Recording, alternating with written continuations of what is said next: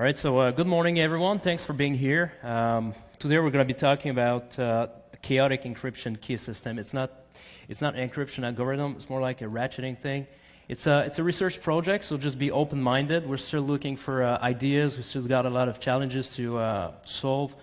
So we'll talk about that. So I'm Francois Cloutier from Quebec. I'm working for my own small company, which is Arcos Research. We're doing consulting, and we are investing in research as well. And I'm Francois Gagnon. I'm a teacher at CEGEP Sainte-Foy, where I also do research in the cybersecurity research lab. So this presentation will be divided into 5 big parts. At first, we'll do just a small overview of what complexity sciences are, what they are studying, what is a chaotic system, and then we will talk about the concept that we are presenting today. After that, we'll do a small demo, discuss about the future work that still need to be done, and the challenges that we have, and we'll have time for questions as well. So a brief history of that complexity sciences is in 1892, they were trying to find a way to improve navigations with the boats without necessarily using like stars and all those things. So they were working on the three-body problem to try to define like the position of the people on Earth or on seas by using the position of the Sun, Earth, and the Moon. And Henri Poincaré just discovered that there is no general mathematical solution to the three-body problem, just only approximations that will necessarily offset over time and will be not very accurate on the long term. Then it took almost 70 years later for Edward Lorenz in 1963 to explicitly demonstrate that you could have a completely erratic chaotic result with only 3 variables, which is quite small. Then almost 10 years later, he was able to explain why it was happening. It was because very small changes in the initial conditions will yield to drastically different results. So that's a butterfly effect. So again, he was just rediscovering or explaining why you could only approximate, and the approximation is not accurate in the long term because you have what we call a strange attractor, which is a kind of point over which the result will oscillate, but the oscillation will hit at some point a tipping point and just oscillate over another attractor, but it will still be non-accurate and highly unpredictable. Then in 1975, following those researches, Lee and York were the first to use the term chaos to describe those behaviors of some systems. Then at the beginning of the 80s, there was a bunch of people, amongst them Brian Arthur.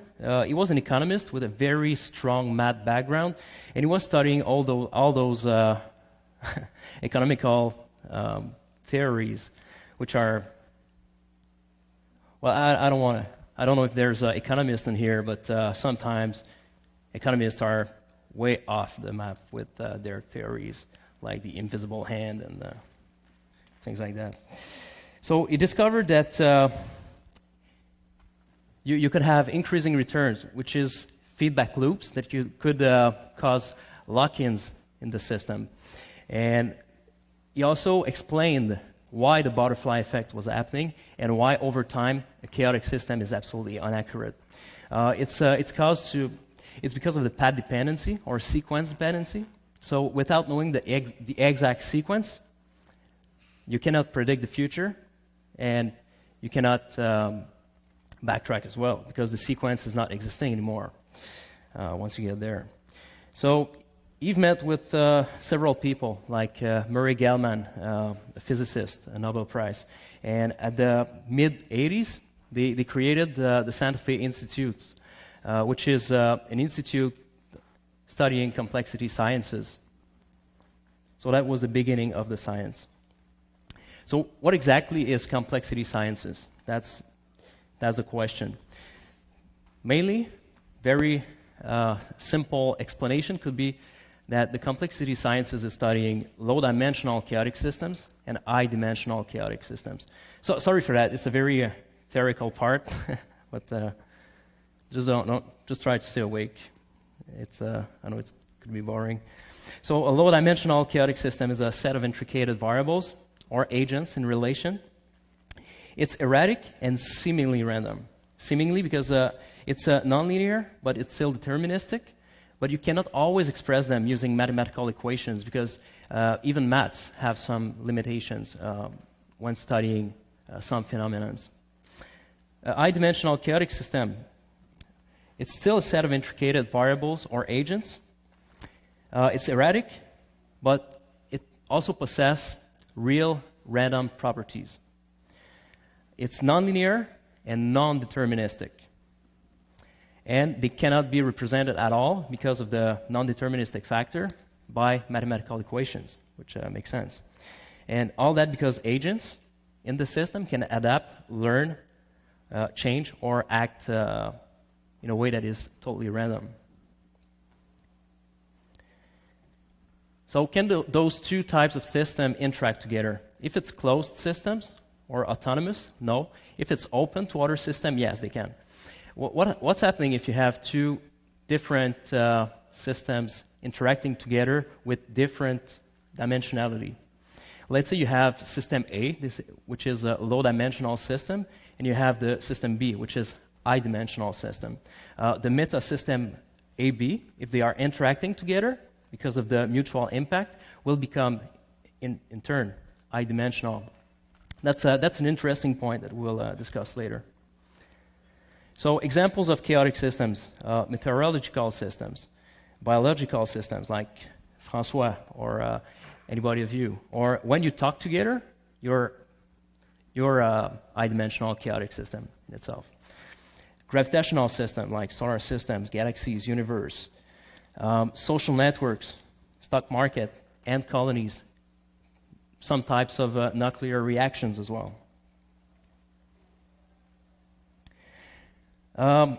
What are the characteristics of those systems? You have agents and variables and relations. You have temporal factors because it's still temporal dependent. It's an evolution. You have tipping points. You have opacity because you can't always know exactly what's happening in the system, in the relations, in the agents.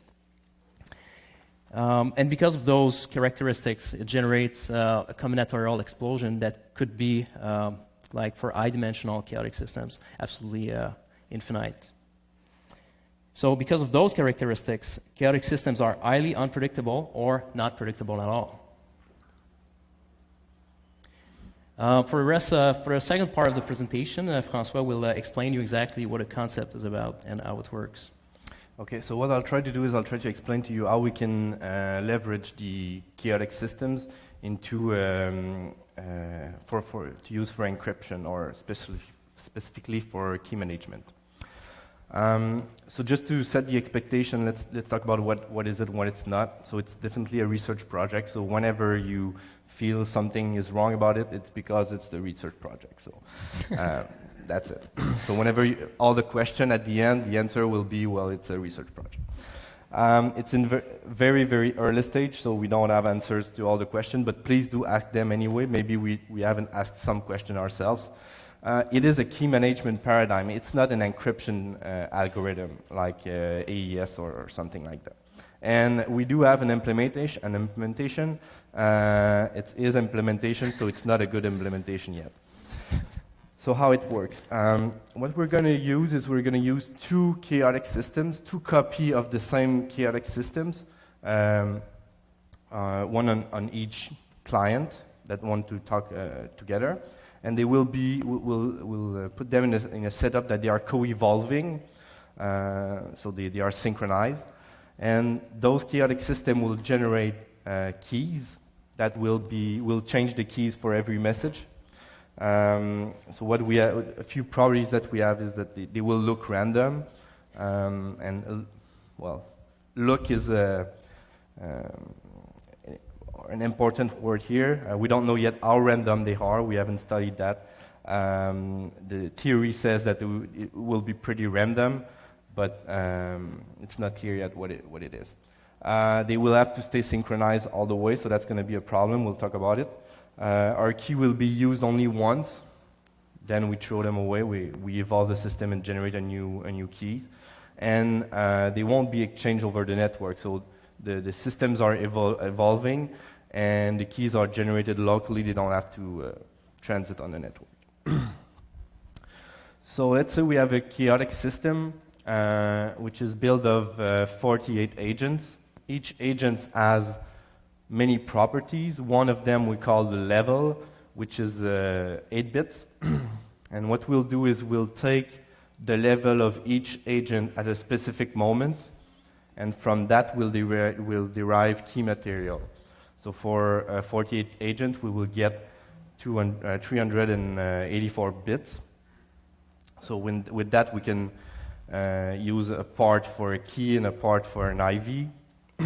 And so what's important in all this is that the key part or the key material is just a very, very small portion of the whole system. So the agent has a level, but it has many other properties, and those properties are very important for the evolution of the system, but we don't use them for key material. Just to give you a quick overview of what an agent looks like, or what a system looks like. So we could have, for example, a system with 48 agents. Each has as I said, 8 bits level. Each agent has a bunch of rule sets. So 256 rule set. The rules, so think about it about the graph. The nodes are the agents, and the rule set are the connections between the nodes. And each agent impacts other agents, including possibly itself. And the graph will be evolving, so the graph will be ever changing. At some point, we'll have a complete graph. At some point, we'll have a disconnected graph. So the chaotic behavior will come and modify the underlying graphs. So when we pick, for the key, we pick only the level, so the number in the nodes, but then there's the whole structure behind that is not related to the key part, or not directly related to the key part. And there's a notion of delays that a connection at one point will have an impact in some future in the system. So the impact is not always right away. It's quite hard to get an idea of what is the space of all this, or what is the combinatorial explosion about this. We're looking on it. It's not easy. We don't have a clear answer. What we do know, and I'll talk a little bit about that later, is that even the combinatorial explosion is really huge. There's going to be a bunch of equivalent states that are not exactly the same in number, but they might behave exactly the same. And I'll just maybe come back quickly later. So again, with the key space, so I'm just going to focus on one agent in my system just to show you a property that's we believe is quite interesting. So we've got agent A1. Of course, there's another bunch of agents in the system. So A1 starts at level 5, and it has other values for the other parameters. So P represents all the other parameters. I'm not going to give values for those parameters in the example. So when the system evolves, the agent A1 will change its level from 5 to, let's say, 12. And this change will be impacted by other agents as well. So the red arrows shows potential impact for other agents. So then A1 will continue to evolve, 29, 28, blah, blah, blah, 3. And at some point, obviously, it will come back to a level of 5. But what's interesting here is that the next step will not be 12, or will not always be 12, because there are other factors that will impact the evolution, and the parameters are probably not going to be the same. So even though the key generated by A1, or the key part that is generated by A1 is the same, the next evolution will not be the same. Oh, sorry. Yeah, go ahead. So earlier, when I was talking about sequence dependency, if you don't know where the system is from, you can't know where it's going. So that's exactly that, because of the delays and stocks in the system, right? So we can imagine that at some point, generating lots of keys will get exactly the same key that we've previously seen, but the next one of that key will not be the next one of the same key in the previous states. So the loop will be much longer. Eventually we're going to loop, right? But it's going to be much longer. So then again, we generate new keys, and then at some other point we'll fall on a state that has been previously visited, and then we'll go in another direction because of the other parameters. All right.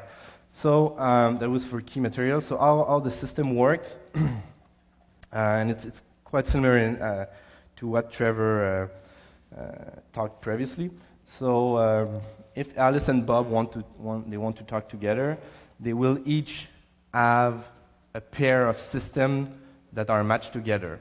So for instance, the output of Alice will be a system, so system ID 1, 2, 3, 4, 5, 6, and that's going to be the input system of Bob, and then the output system of Bob, 1A, 2B, 3C, will be the input system of Alice. So they have to have matching systems, a pair of matching systems.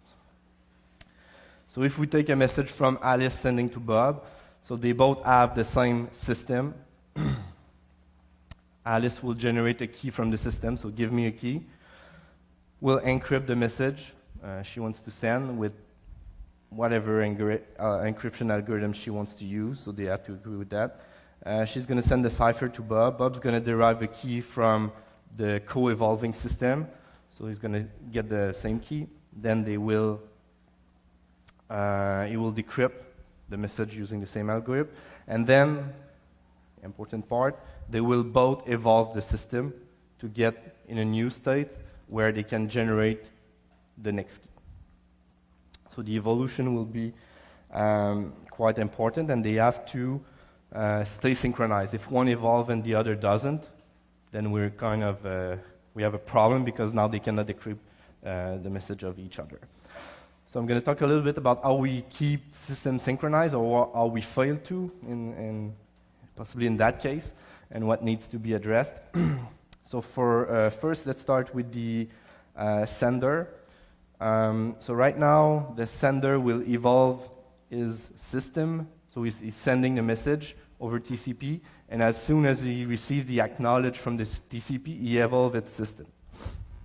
Okay, so it's not really secure. So we could desynchronize those systems simply by having an attacker that's doing something like a man in the middle, preventing the message to get to Bob. So Bob will not evolve his system and just faking an acknowledge, and then Alice will evolve her system. Of course, the agent, the attacker has to have full control over the network to do that, or a good control over the network. But what's interesting here that wouldn't happen, let's say, for another attack using, we can do that as well with SSL or something, is she has to do it only once. So she prevents one message to reach Bob, she sends a fake acknowledge, and then she disappears from the network. She doesn't have to man in the middle anymore. The systems are unsynchronized, and then the attacker doesn't need to be there anymore. So obviously we'll have to work on that to have a safer acknowledge. That's not been done yet.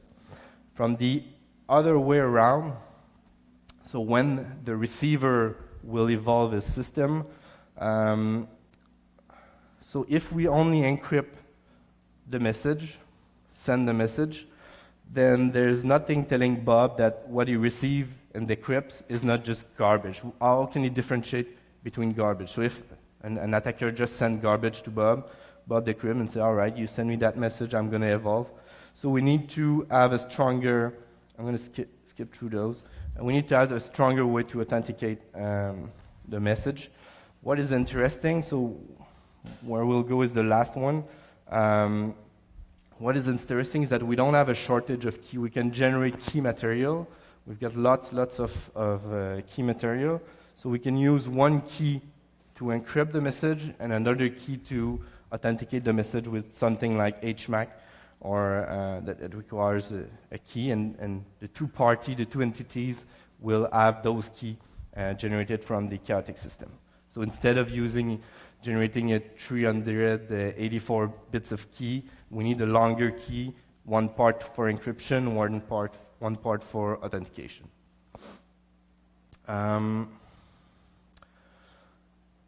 So what happens if the attacker gets an encrypted message? Then he has to brute force, in this case, 2 keys, one for encryption, one for authentication. So that's nothing new there. So what happens if he gets an encrypted message and the 2 keys, or the keys used for that message? So obviously, he can get the plain text easily. But since the keys are used only once, then after decrypting that message, there's nothing he can do anymore. And the keys are not related. So having the key, or in chaotic system, it translates to having the level of all the agent at a specific point doesn't help you predict what's going to be the next step, because you need, as Jean-Francois told before, you need the history to predict the next key. So you don't know what's going to happen next. Now, what if he gets an encrypted message plus the initial state? So now there's going to be a problem. We're going to solve that problem. So if he has an encrypted message, so an attacker will have the encrypted message. If he has also the initial system state, then he can catch up. He can simulate his own system and catch up. So he takes the initial state, generate a first key,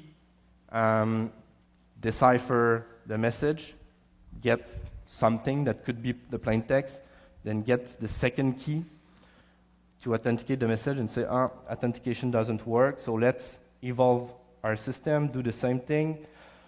They don't match. He's going to do that a few times, and then at some point, he's going to catch up with the state of the system for the 2 parties, and he's going to be able to decrypt the message, and then he's in sync with the systems. So how we solve this particular problem is that we're using the message content to impact the system evolution. So an attacker would need to guess, or to have access to all the messages exchanged so far to be able to catch up. So it's still possible if you have the initial system and the full set of message exchange to do a catch-up, but you cannot do it with only one message. So the idea here is that the evolution will take the exchange message as a parameter, and from a specific state, if you evolve with a given message, you end up in a state Y, and if you evolve with another message, you end up in a completely different state.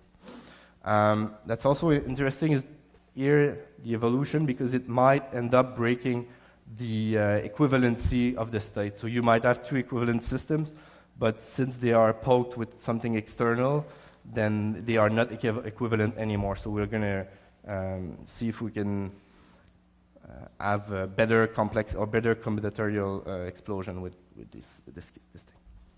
An idea we're toying with, so it's really important that it's an idea, is using something that's related to the one-time pad. So if we are in a specific state, we want to encrypt a message of whatever, 900 bits. So we're creating a clone of our system. And then we're going to generate key material, as much key material as we need from that system. So in that case, we're going to need 3 states. These states are evolving without any input from the outside. So the evolution here is with the empty message. And we generate enough key material, we encrypt our initial message. Then the evolution of the original system will be done with the message and parameters, so that's going to end up with a completely new state that's not related with state x, x plus 1, or x plus 2. And then we can delete all the clone we've got and keep going just with the main system. This is the same idea here of having a clone and evolving the clone will be applied to get 1 key, to get 2 key, or to get 3 keys. So if we need 1 key for encryption, 1 key for authentication, then we're using the same idea of cloning the system, generate the keys on that clone and then evolving the main.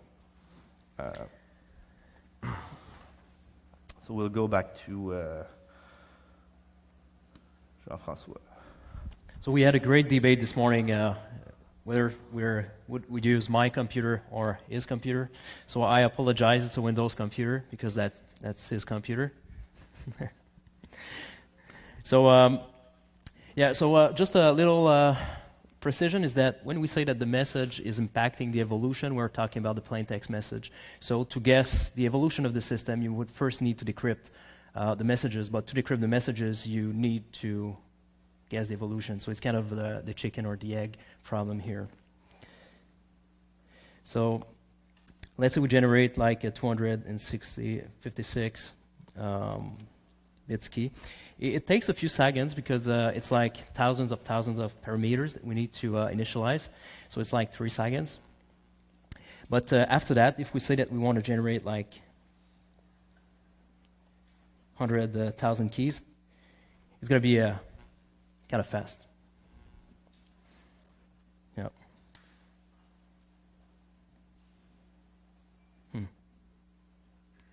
Did I put an extra 0 or? Well, oh yeah, I think I just rolled a million. So it should take about like 290 seconds. So less than 0.3 milliseconds per key generation and evolution and all the rest. So based on that, you can. We created a very simple test chat application. So we first need to open a system definition, which will just with matching systems. Then we put the listener. Then what we can do is send a message. It's going to be encrypted, decrypted, and if we send the message a couple of times, like the second time, a third time, or even a fourth time, what we can see is that because the keys are changing and the message is impacting the evolution of the system and a bunch of other parameters, the IV will be different, the authentication of the message will be encrypted using a different key, and the message in itself will be encrypted using a different key. So, so it makes things a little bit harder to decrypt, even with the same message.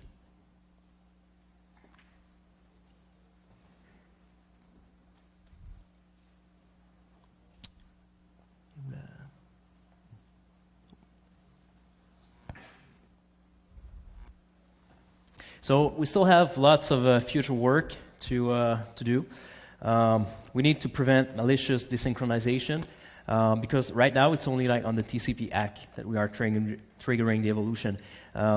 If you guys have any ideas, we have discussed like few ideas, like we could use a kind of one-way DH calculation just to send an acknowledge that could be understood only by someone having the previous information or the initial message. But we still need to discuss about it and see what we can do. And also we would like to work on how could we resynchronize the system. We didn't work on the initial synchronization so far, but another idea could be like to use diffie element to generate a seed that would be used to generate the system at first. But or we could just not synchronize it over the internet, like if you have a dongle, a VPN dongle or something like that, or a machine-machine interface that you can just install yourself. But it's still like along with there because we need to.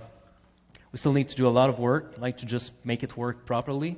So we still need contributors. Help and ideas are very welcome in this project. And we have a small challenge just to demonstrate or trying to see if someone can predict the key sequence from having the keys only. So this summer, what we're going to do is we have a small project that is funded by, partly by NSERC, the Research Council of Canada. And we will re-engineer the proof of concept because that's my own implementation.